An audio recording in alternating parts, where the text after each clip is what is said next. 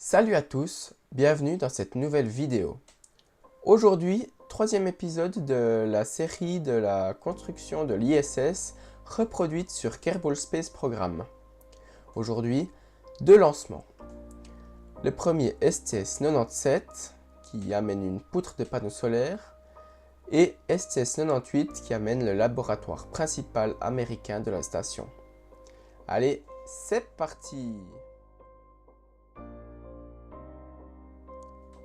Le 30 novembre 2000 à 22h06, heure de la côte est des États-Unis, la navette spatiale Endeavour s'élève dans le ciel de Floride.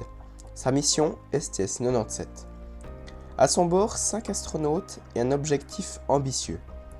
Poursuivre la construction de la Station spatiale internationale ISS. STS-97 est la 5e mission vers la station. Elle joue un rôle clé dans le développement de la station. Pendant 11 jours en orbite, l'équipage doit installer l'un des éléments les plus cruciaux du complexe spatial, le premier grand panneau solaire américain. Aux commandes, le commandant Brent Jett, ancien pilote de chasse et vétéran de la NASA. À ses côtés, le pilote Mike Bloomfield et 3 spécialistes de mission, Joseph Tanner, Carlos Noriega et Mark Garneau. Le tout premier astronaute canadien a volé à bord d'une navette spatiale américaine. Leur mission combine technologie de pointe, coordination internationale et audace humaine. Au cœur de cette mission se trouve le module P6, un segment de la structure principale de l'ISS.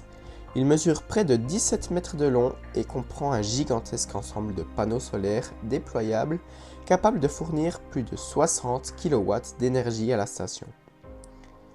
Transporté dans la soute de la navette, ce module est extrait par le bras robotique d'Endeavour, puis fixé au sommet de la station.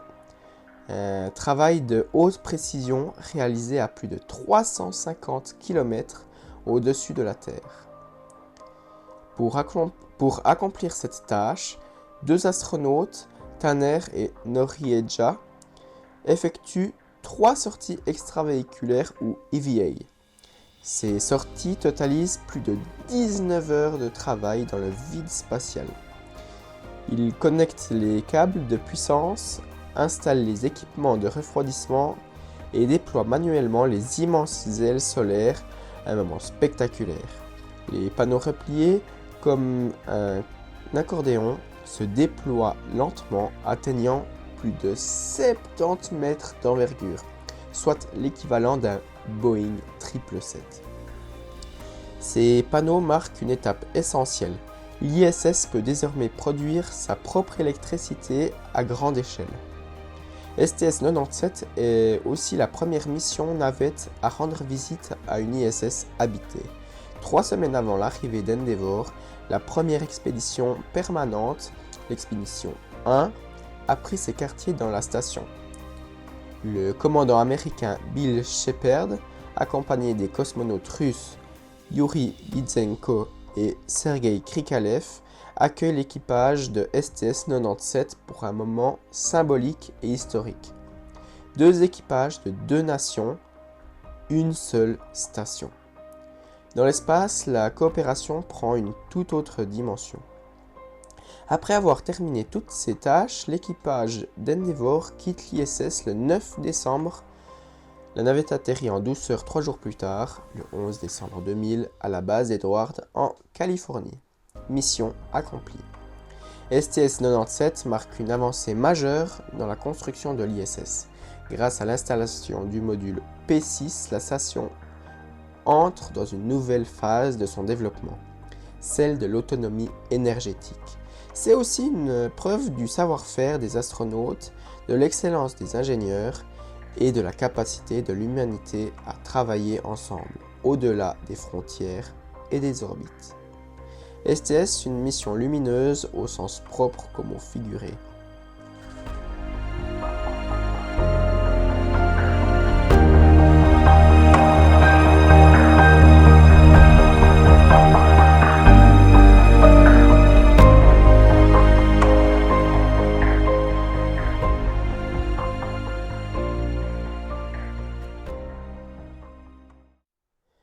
7 février 2001.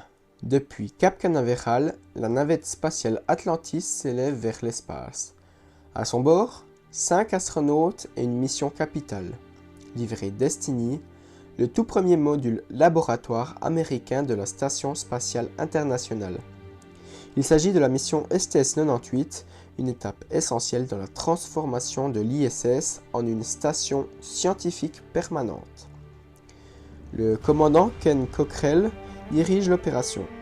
À ses côtés, le pilote Mark Polanski et les spécialistes de mission Marshall Evans, Robert Kubrin et Thomas Jones. Tous sont formés pour accomplir une mission de haute précision. Amener un laboratoire de 15 tonnes en orbite, le fixer à la station et l'activer sans erreur, car Destiny c'est bien plus qu'un module, c'est le cœur scientifique de l'ISS. Le module Destiny est une prouesse d'ingénierie de 8,5 mètres de long et de 4,3 mètres de diamètre. Il est équipé pour accueillir des expériences dans des domaines aussi variés que la biologie, la physique, la médecine ou encore la science des matériaux. Il devient le premier laboratoire pressurisé de la station et surtout le point de départ d'une nouvelle ère, celle de la recherche scientifique en microgravité. Le 9 février 2001, Atlantis s'arrime à l'ISS où vivent déjà 3 occupants, l'équipage de l'expédition 1. Le module Destiny est soigneusement extrait de la soute grâce au bras robotique de la navette. Mais pour l'installer, il faut d'abord repositionner le connecteur PMA2, puis le fixer à l'avant du module Unity, au centre de la station. Pour cela, 2 astronautes seront dans le vide spatial, Kurbin et Jones. Ensemble, ils réalisent 3 sorties extravéhiculaires, totalisant plus de 19 heures à l'extérieur. Leur mission, raccorder Destiny à l'infrastructure existante, connecter les systèmes de puissance, de données et de refroidissement. Chaque geste compte. Une erreur pourrait compromettre non seulement le module, mais la station tout entière. Leur succès marque un tournant. Destiny est désormais opérationnel. Le 12 février 2001, l'équipage pénètre pour la première fois à l'intérieur du lab. L'espace est propre, lumineux et prêt à accueillir les premières expériences scientifiques. Désormais, l'ISS, elle devient un centre de recherche international, un véritable laboratoire orbital en activité. Après 8 jours d'opérations intensives, Atlantis se détache de la station le 16 février.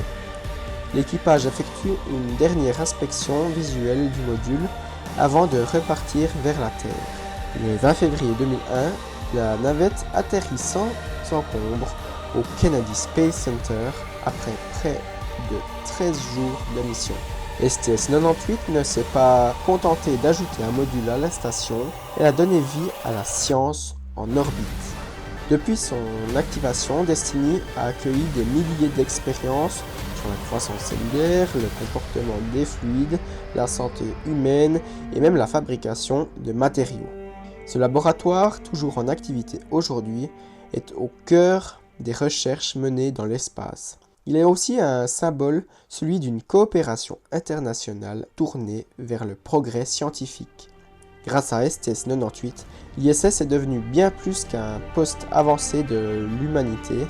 Elle est devenue un lieu où la science avance, jour après jour, en apesanteur. Destiny n'est pas seulement une pièce de plus, c'est la pièce maîtresse du futur de la station.